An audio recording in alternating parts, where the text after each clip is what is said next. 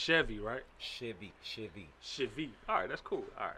You got it. I got it, bro. I got it. I'm ready. You ready? It's recording, but yeah. Right. 1, 2, 3. You already know who it is, what it is, where it is. And what it do? Black. Oh, that's a new one. Okay. Black Men And Cigar Podcast here. It's your fear coach, D'Amico's here. D'Amico's Chambers, a.k.a. Draking and Drinking. What? A.k.a. Fat Daddy. A.k.a. He handsome, but he single for real. AKA, you sure he ain't Haitian? That's what they... Top I said. All right. Nah. And we got the one and only Mark Todd.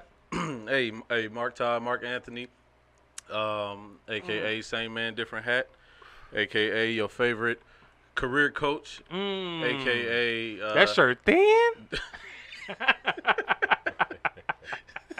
You can see his pectorials through that shirt. In progress. Logan. Yeah, and we got Mr.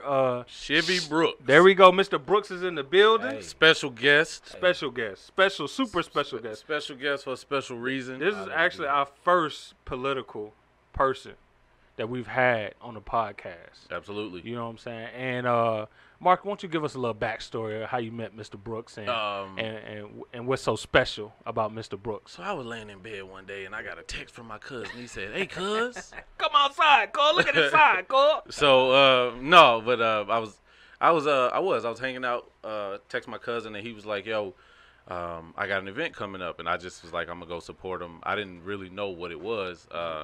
And then he shot me the information like at the last minute. He just told me we just going to one of the local spots.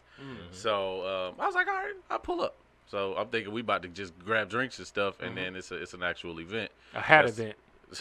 Oh, no. You know, it's a vibe. Right. Oh yeah, listen, y'all fresh. No, y'all had a lot more fresh, but y'all got this ain't a competition, sir. I'm just saying, it's a compliment. He don't like dressing up. He don't like he anything. disrespectful. Hey. I got he think outside of sweatpants. That's a fact, that's though. lingerie to some women. Hey, that's true though. That's very true. But go ahead. But yeah, so I met him. I met him at one of the local establishments here in Atlanta, and it was what was it? What type of event was it? It was a meet and greet. Meet and greet for my campaign. Oh, okay, gotcha. And you know, I think, you know, even you guys saying out the gate, like, yo, this is our first time having a political person on the podcast, is what makes this campaign special, because we are bringing in folks who typically wouldn't be around the political scene, typically are disenfranchised or disengaged with politics. And I think that's what makes this special, man. Like, we got to really awaken those who typically are not here. Man, listen, man. All right, we in selling season already. He's in full throttle, and I'm so far it sound good. You know what I'm saying? But I want the people to get to know who you are as far as what candidate position you're going after. Hold on. Let's rewind a little bit. What? We done did our AKAs. Yeah, we did. We gotta give him a couple of them. Yeah, we got. Right? Oh yeah. Hold on. Give him one. So we got Mr. Shivy Brooks, Alfred Shivy Brooks. Yes. AKA Mr. Brim, AKA or as Instagram would say, Teacher Bay. Oh, okay. Teachers love him. Okay. And then final AKA future Atlanta City Councilman. There we go. Let's go. I like that energy. At large. I love that. I like that energy. So what? All right. So I know actually before we started recording, but just for the people, for clarity for the people, you're running for city councilman. Of what part is it? Because, you know, everybody know Atlanta's so big, you know, outside of 285 sometimes, you know what I'm saying? So, like, what district are you running for, and when is voting for your candidacy? Yeah, so I'm running for Atlanta City Council Post 1 at large. So the at large part means citywide. So just like everyone who is a resident of the city of Atlanta proper votes for the mayor, they vote in my race as well. So I got to run throughout the city just like the mayor does, just like city council president does. So I represent constituents everywhere. Okay. And I just want to let them folks know who say they from Atlanta but they live in Gwinnett. No. You can watch it, but he won't be representing you yet. But they can donate. Mm-hmm. Exactly. Well, that's a fact. He is accepting donations now. They're always open for business. Absolutely. You know what I'm saying? We got to support the movement. So, all right. So, what gave you the audacity, Mr. Teacher Bay, to go from running school halls? I said it once. I'm not saying that. I think that might stick, man. I'm not saying that again. It might stick. You know what I'm saying? Hey, you know what I'm saying? Bring the voters out. So, what gave you the audacity to run for city councilman, and what issues did you see, what gaps did you see that you could fulfill? Let's say that. Honestly, man, it was my students. You know, last summer, you know, we had what we call Freedom Summer. We were marching through the streets of Atlanta. And it was my high school students that had graduated, who came home from college, who were home during the pandemic, the early weeks of the pandemic. And we marched the streets together, and we would just see all the stuff going on as we're walking throughout Atlanta. And it's like, yo, we see mass homelessness all over the place. We see a need for police reform all over the place. We see a lack of affordable living all over the place, right? And we're seeing like the needs of so many people who have been disenfranchised in the city. And my students are like, yo, Mr. Brooks, like, we hear you talking that talk in class. We see the work that you put in the community. Like, yo, we need you to run. And honestly, man, that's what got me to get up and you know, put my hat in the ring. So hold on, one of the big things is I was looking into voter apathy, and so voter who? Voter apathy. What's that? So I'll get into it. We always talk about especially over the last, I don't know, it might go longer than that, but 12 years or so. Yeah. People have been trying to figure out how to include young voters. We're more active. We're more politically engaged. Yeah. But we don't show up at the polls. Right. And that's one of the conversations you and I had just off camera among other political people, where we had hope for people like Bernie Sanders. Right. But they was telling us the whole time, these voters not showing up. The young people don't show up like that.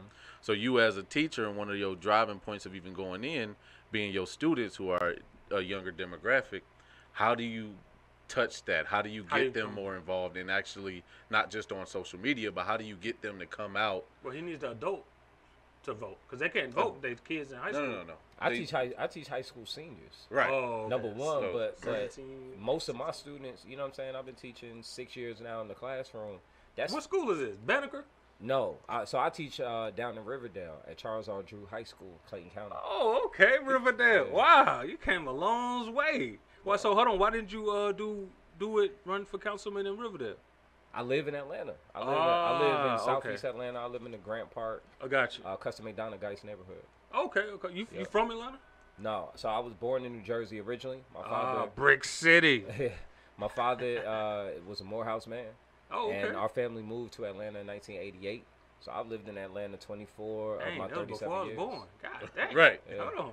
All right, so hold on. Because your story get more and more interesting as it's. Hold on, I want to know. All right, but go ahead. Well, I mean, the political stuff is going. We derailed you. Right, but I still want to know how, because ahead, that's the secret sauce. Yeah. How do you get these people who are so, especially with somebody who is as active on social media as you, especially somebody who really getting the train rolling on that social media train. Yeah. You getting hashtags about you or whatnot. How do you translate that to people actually voting for you? I mean, that's the part that we have to prove, right? That's one part of it. The other side of it is, I think what is being slept on is the political awakening of young people in America right now. If you looked at what happened with Warnock, if you looked at what happened with John Ossoff, right? It was young people that really carried. John Ossoff been around for a minute though. Yeah, but he's still a young man. I'm saying he was galvanizing young people for a minute. Like, correct. But I think this is what's being missed. So right now, Gen Z, right, which is my son's generation. I got a 15-year-old son. Right? Get out of here, man. Yeah, 100%. Man, you look like you barely over 15. Like you look like you like 27. I'm a 37-year-old man. Get out of here. I'm a 37-year-old no grades. No. It's a show. That's crazy. I gotta go to Morehouse, man. Yeah, 37-year-old man. Be like J.R. Smith. Hilarious. But the Gen Z demographic generation is the largest demographic in America, and they are coming of age right now. Yeah. You know what I mean? Like, they are now turning 18, 19, 20, 21. That's right? True. They're coming of age. That's true. That's crazy. And so this generation has had more access to information than any generation in history before. Big fact. This generation has seen the Great Recession. Mm-hmm. They have seen they grew up only knowing a black president. Dang, that's true, ain't it? You know what I'm saying? And then followed up with the Trump era. Right. You know what I'm saying? Look, you skipped over racist post-slavery. But you got to peep though. Yeah. You got to peep what that shit is going to do, right? Yeah. So if you only grow up kind of understanding like this, I belong somewhere, America, and then you go through the Trump era, and then you have George Floyd, and then you have the biggest social justice movement since the 60s. That's confusing, man. You know what I mean? Like, they are politically tapped in a very different kind of way. But the problem is, average politician in America is 65 years old. Whoo, talk about that. So they don't have much to identify with that's really of their culture. Now, here I am, a 37-year-old man. Now, to them, I'm unk status. Yeah. Right? Yeah. I'm an OG to them. I'm an OG to them. But in the political world, you married? I'm a baby. Yes. Okay. So in the withhold my comment, but he for the streets. Don't mind. And I was gonna put him on, but he already in the game. So it's all good. It's like, it's all good. I feel you. But you know, that's how you gotta know how to be in the streets, but not of the streets. You know what I mean? I'm trying to teach. All right, go ahead. But you know, it's being able to be the bridge across generations, and that's the beauty of millennials. We are the bridge.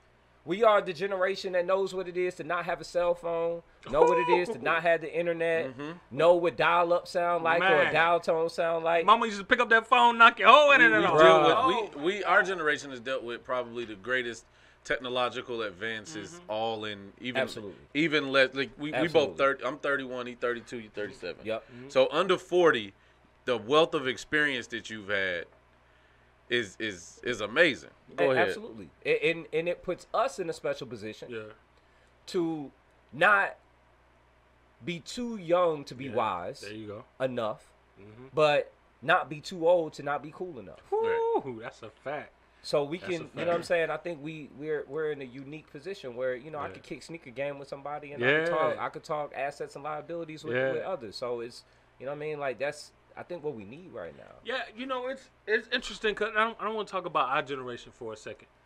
It's interesting because we are of a generation of a cloth where men really kind of came in one type of form. Like, if you were into politics, he was a politic dude. If he was into the street life, he was a street dude. If he was into rap music, he was a rap dude. Like, everybody, you had it was just one lane for you. Yeah, one lane. Like, they might have knew a little bit of things here and there, but they were mostly sticklers of what their interests were. Savant. While our generation are more diverse. You know what I'm saying? And if you're not, you left behind. Right. Right. No, you're right. Let's shift over here. So, because you're going to have to do that, especially more and more. We got everything from cancel culture and whatnot. Like, there is no political space for you or just teacher space. It's your whole life is going to be opening up. How's that transition going to work for you? I've always been public. Like, that is nothing new for me. I mean, 2003, I'm an 18-year-old young man. I'm the youngest person to ever get retired on Freestyle Friday on BET. Damn. Wait, what? Yeah. You was a freestyler on BET? Yeah, like I come from Oh, hip-hop. hold on. I thought it was Blind Fury. You was before him? I retired right before Blind Fury. Really? What was your rap name? Shivy the Youngster. I gotta go watch that now, bro. I'm about to be that's facts. I mean, you could Google it. Like, it's not. That's crazy. And so to y'all point, you nailed it, right? Yeah. Like, I was a hip hop head. Yeah. What's funny is we just went to a rap battle last week. Yeah. Okay. Yeah. Yo, I was but rap battle game is not what it was. Yeah, oh, of course. You know, today it's all scripted and written. Theatrics, in our day, if you sounded like you were spitting a written, it's off with your head. Mm-hmm. It was off with your head. You getting booed. Yeah. Like, it's the culture has shifted, but and it's still fire right now. Hold on, like, did you go off the head when you was on 106? Absolutely. What? Okay, go ahead. You had to. Yeah, that's a fact, man. Wasn't no such thing as I forgot my line. I'm gonna go back and say the same line. No, and catch no, you're done. You're done. That's it. You're done because people tried that with me. Oh, fumbled lines, tried to run it back, and you're done. You're out of here. Who was your toughest opponent? What'd you A1. say? A1? There's not one. Oh, Not one. energy. Okay, I like that. I mean, to this day, I bury cats on mic. To this day, but to the point, right? Yeah. We, I came of hip hop culture. Yeah. But I grew up canvassing for Democrats as a youngster, helping people get into office. I was the president of the Youth NAACP chapter, back in Montclair, New Jersey. My father, was an NAACP member, a former Black Panther of North New Jersey chapter. Wow, like I grew up a certain kind of way, of a certain kind of ilk, and I had an older brother who was in the streets, who unfortunately did 10 years in prison. So I was exposed to a myriad of different facets of our life, and I, was fortunate enough to be the smart one that could hang out with the cool kids and the gangsters. That was able to kind of find and see my way through. And I think now it's all coming to fruition, where we're able to bring in everybody from all different corners and sectors of our culture, so that we can move forward together. And I think that's what we need. 'Cause we don't have anybody at the table for us, vouching for us. Yeah. Especially when it comes to straight black men, being honest with you, straight black millennial men especially, successful men at that. A lot of us do feel muted. You know what I'm saying? We feel like there isn't really a space for us to exist, not only freely, but to lead our people to prosperity. You know what I'm saying? I think that's why a lot of us are getting picked off by Republicans, to be honest with you. Like, if you peep at black men, 18, almost 20% of black men got picked off by the Republican Party. Let's go there. In the presidential race. But it's because we are almost politically homeless right now. Yes. That's why there was such a great migration of us going to the political party, because they spoke to our values. They gave us a place where we could have a voice and not feel like our voice is crumbling others or destabilizing others. They made us feel masculine. You know what I'm saying? They welcomed our masculinity. And you got aspects of it where when things get too and they got pretty women. I'm just be honest with both of y'all. When things get too social, Candace Owens, that's your choice. Hey, she ain't bad looking. If that's your type, she ain't my type, but I think she a pretty woman. All right. When we talk about the Democratic Party at times too. I even think that Casey chick, I think she pretty. We ain't about to get on the All right, well, go ahead. All right. About to try to make a dating profile. All right, go ahead. I'm just telling when we start talking about the Democratic Party too, it's like when things get too social, it also at times feels illogical to us because we start moving on a social train and we don't see the implications. Socially acceptable. Right? No. I'm saying so. The way the Republicans deal it out is I'm going to do this and it's going to seem logical to some extent. Not when you get too high level. Finances is going to be logical. Okay. Though at least the way it's laid out. So when you say social, what you mean? We're in a social movement right now where everything is about how you feel and when people start talking about so a lot of social coddling, social acceptance, right? Just like cancel culture and things like that, right? And you want to know for men, it's like there's an acceptance of the right and the wrong, right? But there's once you take it too far, it's absent of logic at this point, right? Absolutely. So now you want to cancel, like when they tried to cancel Aziz for going on a bad date. You know what I'm saying? But we're not getting that far in. We gonna reel it back and shift back to you. Right. Listen. What I think is missed on a lot of people. Is that black folk are really more conservative. We talked about that last time. Than I think people really realize. You know what I mean? And by that I mean you could look in 2008. The year Barack Obama ran for president, right? Mm-hmm. California, which we all understand to be an extremely liberal state overall, right? Yeah.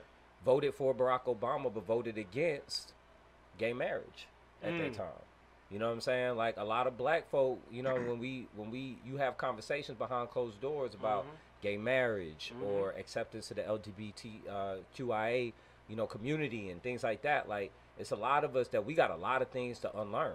And I think, I'm gonna be honest with you, I think as black men, like, we have succumbed to hypermasculinity. We've succumbed to a lot of supremacy norms that are horrible for us. They're detrimental. Matter of fact, and that's where you and I really bonded at my meet and greet, because it was a brother who was there who was basically, you know, going off the rails a little bit. Well, his idea, just to go in more about that, sorry to cut you off. Yeah. His idea was that we need not put other agendas in front of black men. And why do LGBT men gotta put their agenda out there? Why is it that they get to advance and they just need not say anything and let us? And I was telling them, you can't say that my agenda as a black man should be above. Like, I'm gonna ostracize you in the name of my agenda. So when we talking about LGBT, he was basically like, yo, be quiet, don't speak on your thing. You making us, like, you kind of dividing us a little bit. And it's like, nah, your non-acceptance of how somebody wants to live their life is a problem. And just let somebody live their life and don't impede on that, because... Yeah, so here's my question is, can there be a happy medium? Can we both accept that there are LGBTQIA men out there, women out there that exist, and at the same time understand that the majority infrastructurally is still the man and woman parent household that leads this community and keeps this community? I think but don't impede it. I think where we got to be is this, though. And this is where, like, again, this goes back to, like, some of the unlearning that we got to do. We ain't got to choose. We can fight for the liberation of women and the equality of women and fight for the equality of men at the same time. We can fight for the inclusion of the LGBTQIA community and fight for the inclusion of black men and black women. We don't have to continue to pick. Right. I agree with that 100%. You know what I'm saying? It's our subscription to, like, and listen, this is what we got to be clear about. We as black men can be perpetuators of white supremacy culture. Yeah, big facts. And we do that when we say to ourselves, we can't advocate for everybody to be free at the same time. The world is abundant. Liberation is abundant. We don't have to choose. We can all be free together. And I think that when that happens, when you say stuff like that, I think that I'm in agreement. And I'm in agreement where everybody got their thing, right? You might, where you put your dollars and where you put your energy is going to be one thing. That's not the issue, because people out here advocating for dogs and not killing cockroaches. That's cool. It's when you start to impede on that by saying, nah, keep this agenda. And when I say that is, if... Yeah, so here's what I'm thinking and getting towards. Because I've done a lot of pushing for the gay community. So much that, you know, my followers would question my sexuality, which I'm fine with. Like, I'm comfortable with who I am. You be in the club? Hilarious. I'm comfortable with who I am. You know what I'm saying? I know who I am. So I don't mind the backlash. And I grew up where my uncle was a trans woman and my sister is a stud. You know what I'm saying? So I grew up with gays all throughout my life. To me, it's always been normal to coexist alongside with gays, because that's how I grew up. But I learned as I started pushing to, like, hey, we shouldn't beat them up because we find out that a chick that we think is thick is really Jason. You know what I'm saying? Or we think that gays are trying to get their rights, and we have, just because us men are still not even getting half or even 12% of corporate executive positions, that gays shouldn't get theirs, or Chinese people. I'm with you. Everybody should. We can fight multiple fights. You know what I'm saying? I think the issue comes with when it's time for the black men to get things that are to fight for things that are economically feasible for us. Us knowing that the more we progress, literally every group in our race progresses, because the more we achieve and achieve to take care of everybody, our family, our kids, our wives, our girlfriends, whomever, our parents. That's how most black men go about earning, to share and give. So when we feel that we're not getting fought for in ways that are to help push us forward, but it's to help push other groups forward, we start to feel slighted. It's like, damn, Okay, I deal with gay people. I mess with them. That's cool. What they doing is cool. Okay, I mess with the women's movement. Women should get more rights and say so, and voting rights and etc. And nobody should have control of that. You know what they do with their baby. That's cool. I support. But whenever it's time for, when am I gonna get mine outside of a criminal justice reform? Most black men ain't going to prison. We ain't going to jail. 1 in 3 are.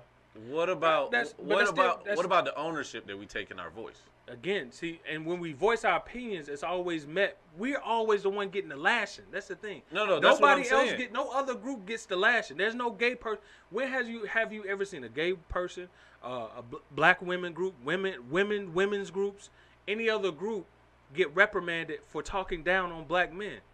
It's never happened. Right, but that's what I'm saying. But when black men speak up against and critique, not even in hatred, but just slight honest critique. Oh, I don't agree with that agenda. Or I don't agree with that move. Boom, homophobic. Boom, cancel him. Boom, he hates women. Boom, he's just Kevin Samuels. It gets to that point where, as a straight heterosexual black man, an alpha black man, you get to like, we got nuts too. Like, we gonna only take so much. So I know I kind of laid a lot out for y'all, but I just know when people watch this, and my followers and stuff, there's just things they're gonna have on their mind. I just want to know y'all. No, I mean, my personal take is this: disenfranchised people, no matter whether it be about your gender identity, your sexual identity, your racial identity, your religious subscription, right? We all are being suppressed and oppressed by one common force. Supremacy culture. That's it. And until we keep that like focus, because we get lost, like looking at each other, looking at everybody else and their positionality, but we're only in the race because of one force. And I think we miss it consistently. And so that's why I think we gotta, it's an unlearning of, because they get doesn't mean you shouldn't. Because they have their race that they gotta run, this issue or that issue. Like, we're stuck in a rat race that's controlled by one facet, one feature. And the supremacy culture in America. Is that I think, is that skin supremacy, white supremacy, or is that is white supremacy? You know what I'm saying? Like that is, and listen, let's be very clear about this. There's a difference between white people and whiteness. Ooh, talk about that. What's the difference? You know what I'm saying? So like, being white is like your racial identity, right? But whiteness culturally is like the dominance of, because I am white, it's better. Then right, exactly. So it is not. They are not the same thing. So it's like when you go to DR and you see all these white-skinned Dominicans, and you go in the fields and stuff, you see all the dark ones. You're like, what's going on? So let me ask you, what does the idea of whiteness intertwine itself with, like things like critical race theory? Oh my God! The hell? You just threw me off. And let me tell you why I don't like the critical race theory conversation. And not that I'm not willing to talk about it. Number one, look, I'm not a critical race theory scholar. Okay. Right? And so I think a lot of times, like, we get caught up debating stuff because, like, it people, oh, man, they talking about that topic. Ooh, that hashtag, that thing hot, right? They want to tap in. But the conversations are being had with people who don't really have lived experience with that thing and who are not experts on that thing, and I think that's improper. Right? So that's number one. Number two. I like that. That's credibility. Even though I'm a teacher, people, want to talk about CRT, critical race theory, because there's an assumption like, oh, they doing it in the schools and blah, blah, blah, blah. It ain't one grade school educator that could say they've ever gone to a training on critical race theory. We do not use critical race theory in K through 12 education. And let's take a brief pause just to let you know what critical race theory is, and I'm only like at a higher level. These 5 GED earners. Make it real simple though. Right. Basically, it's and you can correct me if I'm wrong in any capacity. He said he's not an expert, but he knows about it. Right. But it's been something talked about to have critical race theory taught in schools, and the way it feels towards, especially white people. What is it, man? I'm telling you, the way it feels towards white people is that if you're white, you're inherently racist. Okay, so it's an inherent racism that you really are born with, can't do nothing about, and the idea that scares a lot of people, especially people that identify as Republicans is that you're teaching our children to either hate ourselves, which are white kids, or other people to hate white people, and that's something that's being indoctrinated in our students. Let me ask you this. All right, so let me, because I always feel like when we talk about something, we gotta have like common language and a common understanding of what it is. And so I'm gonna just real quickly kind of hit on what the tenets of critical race theory are, right? And y'all, I'm referencing University of Massachusetts. Oh, all right. Okay. White city and state. Go ahead. Hello. You got to learn the historical context of the current racial demographics of the United States. You got to interpret counter storytelling and recognize historical and present day examples. So basically, it's saying that people's lived experience, black people's lived experience, is worthy, like in a conversation, for credibility to a given topic. Right? You got to explain the permanence of racism and recognize historical and present day examples of the tenet. So kind of understanding like that racism is deeply in the fabric of America. You have to interpret whiteness as property. Interpret whiteness as property. Now, it gets a lot of people lost because this goes back to what I was talking about, the difference between being white and whiteness, right? It's like, understanding that your whiteness gives you privilege, gives you access, has you looked upon differently, gives you, different opportunities that others may not get. Understanding interest convergence, that like things that are in your favor are deeply entrenched in different areas and different things like throughout life, and it has a lot to do with race. And then of course it goes into define a critique of liberalism, and all these other things. But there are tenets, there are different parts of it, and it's really used for legal scholars. That's how it was invented in the first place, and kind of looking at the legal system and how the legal system has racial implications in how supremacy culture is entrenched in it, and all of the like. So when people start talking about, we can't teach history in schools, blah blah blah, like that's not exactly what that is at all. And so I think so it's making the intangible tangible. That's what that sounds like to me. Because if you look at things like race or racial, those are still things that you can't. It's like I was talking to this therapist about therapy, about why they have the DSM, of all the diagnosis. It's to make things that are like, oh no, he's nuts or whatever. It's to make those things that are unseen very touchable, physical. And like you said, for scholar reasons, to be able to, just pinpoint exactly what measures lead to X, Y, and Z outcomes. So, okay, that makes complete sense to me. I get it. We done jumped in a rabbit hole. We done ran away from. We just talking about whiteness. That's it. So, and that was a question that popped up. Right. Thanks to Mark. So I was curious about this. What does your pop think about you running for office, being that he was a Black Panther who? It was fight the power, you know what I'm saying? It was fight the man. It was the man is never going to grant us our freedom. We have to take it from him. Like, what does your father even think of you aligning yourself to create change within? It's interesting. Like, my father and I. And shout out to your pops, for real. Like, I salute the Black Panthers like I do a lot of military veterans. You know what I'm saying? Because these are people who put their lives on the line. In his case, a lot of times they weren't being paid or even asked to. You know what I'm saying? They did it for Black people across the nation who they would probably never come across one day.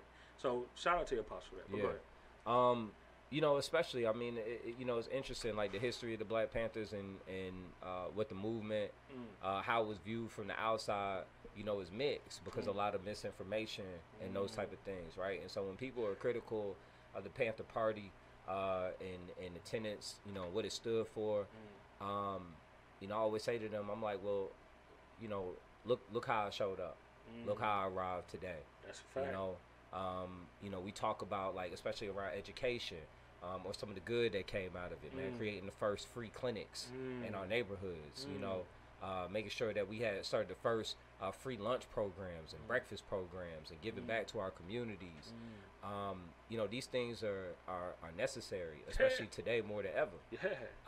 And so it's still used today, right? 100%. Like, our government has adopted many of the things that the Panther Party brought. We wouldn't have sickle cell testing in America the way that we do if it weren't for the Panther Party. That's but crazy. it's stuff that we don't talk about. People just kind of speak on we glorify things that, if it bleeds, it leads. So they look at, the carrying firearms and those type of things, and that's, that's the part everyone tap in on. But if anything, man, I think my father's proud.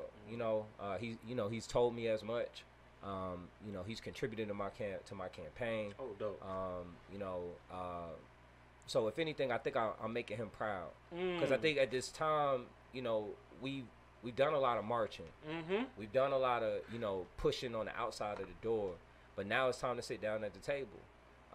We can't continue to complain about policies or things that suppress or oppress our people. Preach. We can't complain about systemic issues that we have and not be a part of the policy making. And then we got to be able to do it in a way where we have to understand that, like, we can have a, what's the saying? All boats rise at high tide. Yeah. Right. Definitely. So we can all collectively do well, and we can still do well for our people. We live in a city that's supposed to be the Black Mecca of America. We live in a city that's the cradle of the civil rights movement. It is. That's true. The cradle of the social justice movement of modern day. That's true too. And here I am, on the front lines of the social justice movement and community organizing of the day. And so it's only right that we have a seat at the table. And it's only right that we remove people who get in the way of these things. I was just about to ask that, because isn't the councilman that's now there a black person? Correct. So what, I guess, so let's make this simplified and really take it home, so that people have concrete, boom, I remember that. That's easy for me to understand. What does a city councilman do? It's like, just now, you ain't got to go over everything, but just to make it plain and simple, what are some of the powers that you all actually have in the city that's short that of a mayor? You know what I'm saying? Okay. So your city council touches everything that you touch when you walk out in your city. Okay. Parking meters and everything? Right. I'm talking about from, to your sidewalks, to your roads, to how quickly your garbage get picked up, or if a tree branch fall over in the street, how quickly that gets picked up. Your city council has a lot to do with the infrastructure around you, the ordinances around you. If you get caught with an ounce or less, will you get locked up or get a ticket? Damn, I didn't know that. I'm gonna be honest with you. I just thought y'all was over all the rec park centers. I thought y'all had more to do with bringing businesses in. And that as well. That as well. Like all of these things are relevant to what city council does, right? So I know a lot of times we get caught up in kind of the federal races and things like that, because that's what we see. Yeah. But you got to mind, like, that's the big pocket, right? That's the money, that's the bank. But it gets disseminated down to the state. And then the state disseminates it down, to the counties, and then to the cities, and so on and so forth. And it trickles down. But see, the people who actually decide where these things are allocated, where you feel it, where you see it, that's what happens at city council. So, to make that plain, person I'm running against, for example, and you guys can Google the name. I'm not even gonna bother giving the man's name airtime, but okay, that's what I'm talking about. That's what I'm talking about. Yeah, you came in and did the work. In 1994, he came into office, and this is oh yeah, he been in office in 1994. I was here in '94.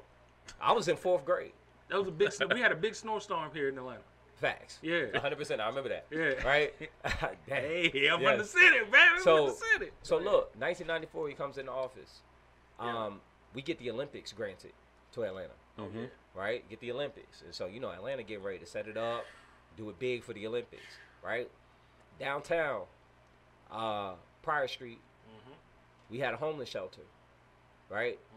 That homeless shelter got converted into the modern day Atlanta City Detention Center, a jail. Oh, wow. And that was his legislation, turned it into a jail. Then, because you got to mind, like, Atlanta's always had a mass homelessness issue, right? But then, what did they do? He created a panhandling law, which said if you are... He did that? I thought that was Kasim. He did that? Kasim wasn't in office at that time, right? Damn, So they created a panhandling law which said you would have a $600 fine if you get caught asking for money, right? And so essentially what they did is they did two things with our unsheltered population. You got a one-way ticket out of town to wherever you came from, or B, you got hit with that panhandling charge and they locked you up in the Atlanta City Detention Center, right? You can't even afford it. 100%. That's on purpose. So rather than dealing with homelessness, we hid homelessness in the city. And we did it for a long time. We continue to do it to this day. Right, because they shut down that, where is that at? Right Gateway. Right Not next Gateway, to... Pine. Right next to Emory. On start with a J. Juniper? Juniper, yeah. They shut the shelter down over there, which, by the way, it was a human rights disaster over there. But you don't shut something like that down without offering something better. Yeah, because they still out there. Correct. Or they just moved under the bridges. Correct. But then, instead of handling that, what do? They put boulders under the bridges.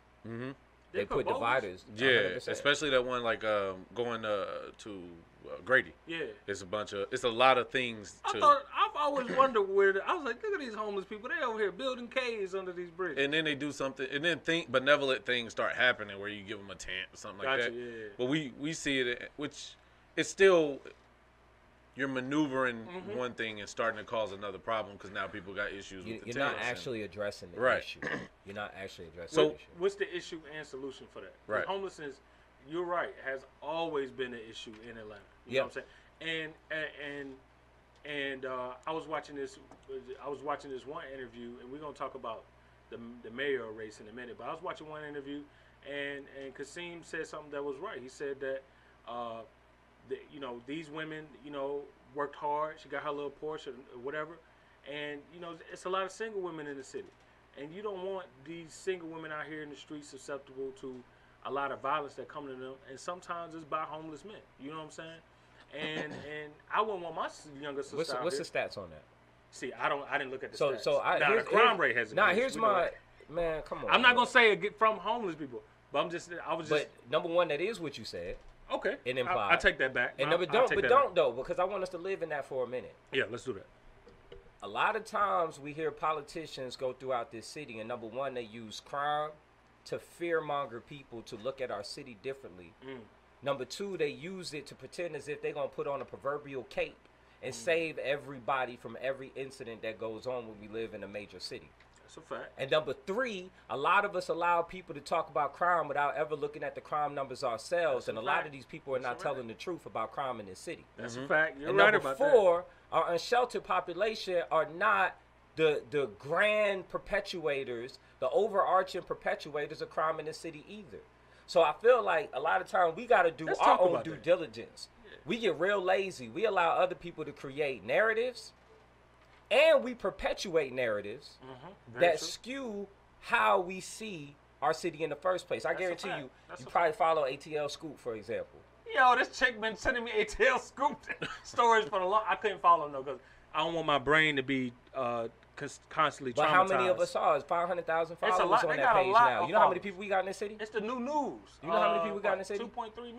No. What? We got 550,000 residents in the city of Atlanta. Yeah, city of Atlanta, yeah. In the city of Atlanta. A lot of times we misconstrue like the metropolitan area. Which go down to South Georgia almost. Yeah, like you know what I mean? Like Atlanta got 550,000 residents, 580,000 residents in the city. That's true. They got about 500,000 followers on ATL School. That's crazy. But what do you see on there all day? Car break-ins. Yep. Right? Fights. Crime, fights, things like that, right? Do you know that while I will say violent crime is up, gun violence is up, it is, right? By like 15% or something like that. Compared to 2019, though, when everybody was still outside, though, it's not as up as if you compare it to a year when we had a pandemic and people were inside. Also, when you look at larceny, car break-ins, auto theft, etc., it's down. Despite, what was that weekend? All-Star Weekend. Despite All-Star. Yeah, you're going to get a spike. You know what I'm saying? Those type of things are going to happen. But also, you got to mind, like, people broke. There's a lot of people broke right now. That's a fact. I think that's a fact we always try to harp on in Atlanta because, like you said earlier about, you said two things that stand out to me. One, you talked earlier about how Atlanta is perpetuated as a black Mecca, as the Wakanda, and which is not true when you look at as you know, when you look at the studies, the research. And two, you said people, they get perpetuated by the fears and the ideas and people's words and are too lazy to look at the actual results, the numbers, or who's telling the story. Or who's telling the story. Another thing I wanted to add on to what he said in the demographic is that we swept under the rug and continuously do is mental health. There's the lack of resources for mental health people, and those people oftentimes, because they don't have the resources, end up homeless because they're not able to. You know, if it gets too extreme, you're not able to function normally.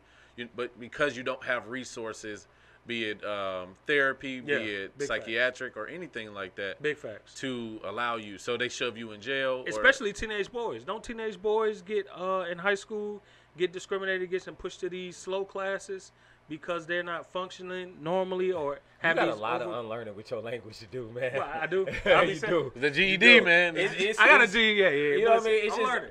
You know, and the reason I gotta call that, and call you in on that, not out on that. Yeah, come on, I bring it. Is that I know my people, my audience. Yeah.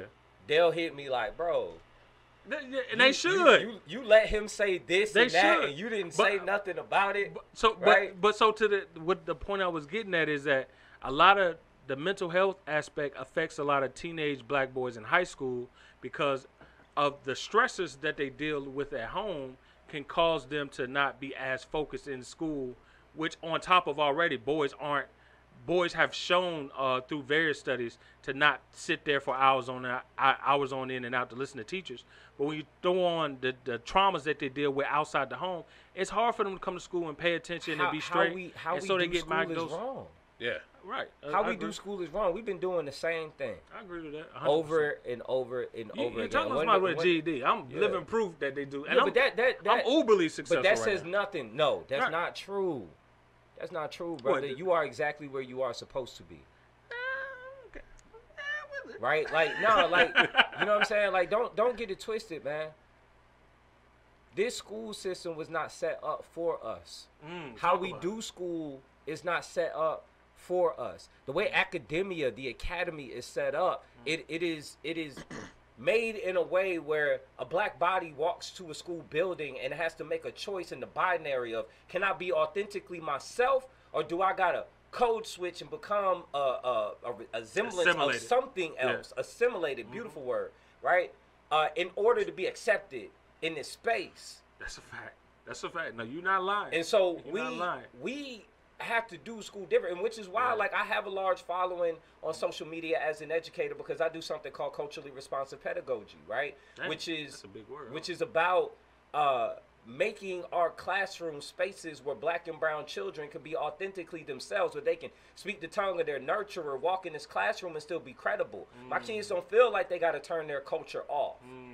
I feel you on that. You know what I'm saying? Just as I don't turn my culture off. I'm going to walk in that school building. I might rock a suit one day. I might come in, shoot game, killing everybody the next day. You don't know how I'm coming, but I'm going to be authentically myself at all times. And until we make our classrooms universally that way, for all students, that they can be authentically themselves, then we're not really trying to create somewhere for everybody. That's why a lot of kids tap out. That's why they drop out. That's why true. They quit. That's why I dropped out. No, you're right. You absolutely. That's why you dropped out? I mean, yeah. That's why you dropped out. Rap it's school, but hey, I did too. But guess what? I had a teacher at my school that allowed us to create what we called the Lyricist Lounge back in the day. Man, you know what I'm saying? Where we had the turntables in the cafeteria and we would battle in the cafeteria, and it made school feel like home for me. I had a math teacher. I was always bad at everything but science and literature, and for some reason. But anyway, my math teacher, Miss Williams, she was kind of young at the time for us, and we would come in our class and doing the math. No, it was a math. It was literature. She would help and to learn to do poems and stuff. We could go home and write raps, and then come and recite them as poems. And that used to be so cool. We used to have so much fun in our class, and we actually got better at literature because she made it more cool. And this was like real hip hop stuff she was putting us on and everything. But I think what you just said is pivotal, because in high school, one of the things that I'm not gonna say it was the reason, but one of the things that definitely helped encourage me to drop out was two things. My administrator, who said, "Why don't you just drop out and get a GED?" And my teachers, who I never had no high school teachers that cared. They didn't care about what happened to me outside the classroom. They never inquired. They never pushed me. They never said, pat me on the back, "Oh, you're so smart for this. You're clever." There was no care there. So you wanted them to lie to you? Tell you. Our schools got to wrap their entire arm around our black babies and their families. And their families. Like you can't just cater towards a child. I've had students whose parents were working on their GED, and I'm tutoring the parent and the child at the same time. You know what I mean? Like when the pandemic first hit, I fed over 1,000 students throughout the country. Sent pizzas all over the country. When the pandemic first hit, I put on a virtual prom for my kids with my boy Desi Banks and raised $30,000 for college scholarships for kids. Right? Like these are but it wasn't about anything other than knowing there was going to be food insecurity for some of these kids. There was going to be opportunities lost for a lot of these kids, and that we got to fill the gaps in. And that's the kind of perspective we got to have for our young people, and that's the kind of perspective we got to have for people who run for city offices. Right? We got to be able to see all the gaps. That's why I'm running for city council and not school board. Right? Because listen, no kid is able to learn if they don't have a safe place to sleep or food on the table. And those are not things that schools necessarily fill the gaps for. That's a fact. That's an absolute fact. So as we talked about violence and the perception of violence or whatnot, what is it, I guess, that you want to address by that? Are you going to address the narrative behind it? Are you going to address the policing issue behind it? Oh my God, yeah. I mean, this is the question of the times right now, right? Because, okay, number one, what gets lost on people? If I were to ask you, like, why you think crime on the rise? What would you say? If you ask me that, I'd be like, well, this is an exception year with the pandemic, and on top of that, I would say you got a mayor who's leaning both sides, and it's not a good choice to make. Lean both sides, the decision usually becomes nothing. When you say both sides, what do you mean? Because she's trying to, at the same time, be for the people on how we hold police accountable and need to hold police accountable, and at the same time doesn't want to step outside of her relationships or good relationships with top officers by not being overly critical of the police department and things that they should do, because threats for them to walk off the job and threats of them to look over crime that may be conducted in front of them. So when you play both sides of the fence and you don't lead with that, look, this is how I'm moving, you're going to get on board with this community, or you're going to get on board with this police department, or you know what's interesting? When I talk to police officers, a lot of them, very much to what you're saying, don't feel supported from the top, right? But also the people in the street, because I was with them, I was there. They don't feel supported from the top either. So it's very interesting to me that you say that because nobody feels like they have a voice from the top right now. Crazy. Okay, now May 25th, 2020. Does that date ring a bell for anybody? Nah, I only remember January the 16th, 2021. That's when they stormed the White House. The white racists. 6. Oh, 26? The 6th. Oh, damn, my bad. It's all good. I know it was we know you at. You keeping me straight. I like that. Look, I ain't know it's going to be straight either, so catch me if I fall, right?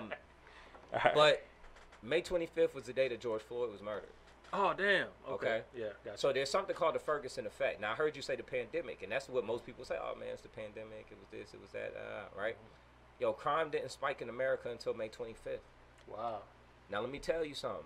There's something called the Ferguson Effect, right? After Mike Brown was murdered, there was a huge crime spike in Ferguson, Missouri, right? Afterwards, right? Yeah. It was a huge crime spike. And why did that happen? Because the police became apathetic. There go that word again, right? All right, so a lot of the police kind of felt like, oh, man, y'all being real critical of how we doing the job, so we just going to back up. We just going to back up. We ain't going to tap in. We not, you know what I mean? Okay, y'all think you got, all right, cool. Hands up, all right, cool. Y'all got it then. And then crime started going crazy, right? Right now, we are experiencing a Ferguson effect nationwide. So after George Floyd, you got movements throughout the entire country asking for police accountability, demanding police accountability and reform, right? Yeah. And so what that caused was a lot of officers to kind of be like, all right, well, we just not going to engage the same way. Right. And if you don't believe me, right, let's run with the narrative that crime overall is on the rise. right, Right? people, them But check this PPP out. loans done ran out, unemployment ran out. But check this out. Arrest rates are down. That's interesting. That means Clearance rates, crimes being solved, is down. that's interesting. So how can crime be up, but arrest rates and clearance rates be down at the don't make same time? sense. That doesn't make Yeah. sense. Gotta have one. Can't have one without the other. Correct. So what does that tell you? That tells me somebody ain't arresting somebody. 100%. And add on top of that, your jails and your court systems were shut down for a year. If you're not prosecuting crimes, you're not making criminals. That's true. That's true. So you're not getting people off the street Yeah, who should like be you off the need street. to. Yeah. Look, I'll be the last one because a lot of times people hear me talk about policing and things like that, and I think because I'm extremely progressive, they would assume that I'm anti-police, which is an absolute farce. In fact, I'll show you. I walk around every day with one of these. My family member police badge, right? One of my uncles is a sheriff in New Jersey. Teller badge. Right? You know what I'm saying? Like, I don't know, what is that? That's a. It's a police. You can see it yourself, Yeah, right? I've never seen that before. It's metal, like it's real. Like, Yo, it it feel like a card. Like They work in these like a municipalities. debit I card. don't know or about something. South Georgia. Mastercard. Dude, this is legit. It So- feel legit. Where so- you get this from? My uncle is a police You gotta have officer. a Like, you gotta I have got a family, top secret close clearance family. for that, brother. We got close family that are officers. So like, listen, I'm 100% for our officers, right? Damn. I'm for good policing for our communities, absolutely 100%. But we do need real police accountability, right? Yeah. We need some common sense police reforms right now. We need a duty to intervene. If a police officer witnesses another police officer going above what they should be doing, assaulting somebody, brutalizing somebody, another officer should be legally accountable to stop that action, I agree. right? On We duty, should not off be duty? on duty or off duty. Gotcha. I'm a mandated reporter as an educator. I was too. You know what I'm saying? Like if I see something Yeah, crazy mental going on health. to a child, I'm responsible on duty or off duty, Gotcha. in the classroom, out the classroom. Gotcha. Our officers should have the same duty, Yeah. especially, So, right? Let me say this, because I was post certified. I used to train police officers. You know what I'm saying, for the state of Georgia. And I did a lot of I had a lot of conversations. I actually ended up training 911 downtown, but anyway, I had a lot of conversations at the police academy, Jenkins, over there near the airport. And I used to meet with a lot of the directors and the sergeants. And the thing that I noticed, man, there's a lot of, inside of the police force themselves, there's a lot of sergeants in particular who want to do more but aren't given the support from the top that they need. Yep. And the top aren't taking in anything when it comes to supporting their officers if it's not around aggressive force training. So any kind of, when it comes to mental health stuff, when it comes to financial management, anything that's outside of the scope of shooting gun training, physical arm training, a lot of them at the top aren't open and receptive to those conversations. So why at do you all. think we got the culture of policing we got right now? Facts. You know what I'm saying? Facts. Like how we are doing policing Facts. and what we are prioritizing with our policing is absolutely wrong. Yeah, I right agree. now. And we got, let's be clear, man, we got officers doing stuff that they ain't told to do. Look, No, in Atlanta, all you need is a high school diploma That's and a- pass the account and pass Let's talk about it. and pass the academy That's to a be fact. able to come on the force. That's it. Yeah. But then you're putting these young people out there, right, Mm-hmm. to be caseworkers, to be Social counselors, workers. social workers, Absolutely. crisis intervention, Right. Right. You got them doing stuff they ain't got no business doing with a gun, That's a fact. with the gun, and working in communities they don't even live in. Facts. Fact. Big facts. So Big if it's facts. up to me, Yeah. here's what we would do. Right. Every top brass in the police department has to live in the city. You Ooh. ain't gonna let nobody walk on your couch and disrespect your home. That's a fact, Right? Hey, that's a fact. Okay. Hey, Rick James. Every police officer will have to have at least 2 years of college education within the next 5 years, I love that. and we will help to fund it. I love that. I love that. That helps on many fronts. Because if you're a police officer and you get to college for 2 years, it'll not only, make you a more aware human being, but it also can increase your skill set to eventually move on from being a police officer or they call it a beat pusher, a beat walker, to something else. Yeah. Because now you got the degree in the education. But let's also acknowledge that studies show that police officers with at least 2 years of college education are 40% less likely to use force and 45% less likely to use their firearm in the field. Because they typically have better communication skills, better conflict resolution skills, de-escalation skills, etc.